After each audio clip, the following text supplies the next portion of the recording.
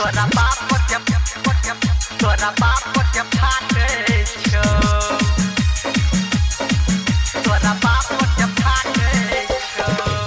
DJ Manish Raxaul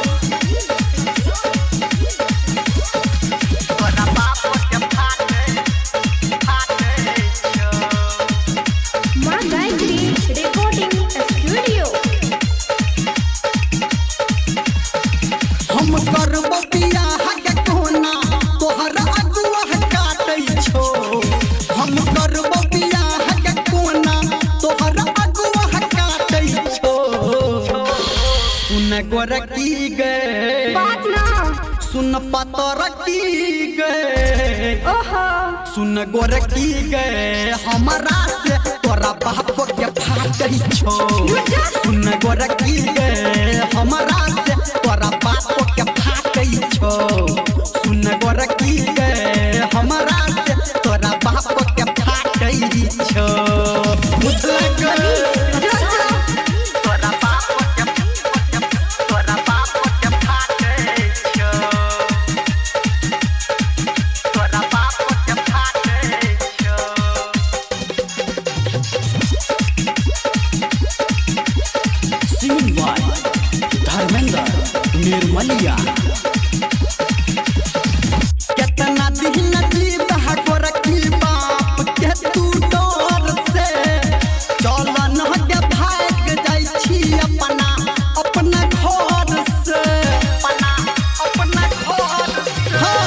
कितना दिन जीता गोरकी बाप के अपना डर से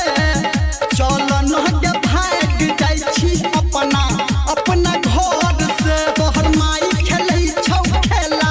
तोहर भैया छाटै छौ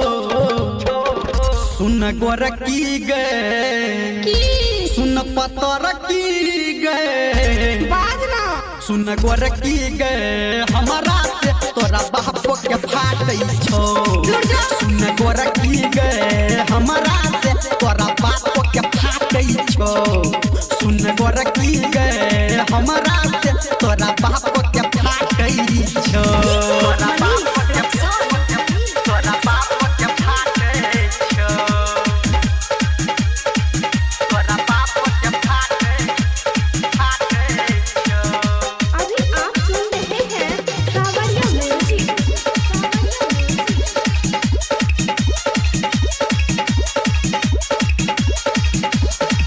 हमरा नहीं डर लागे गोरकी कखनो मार से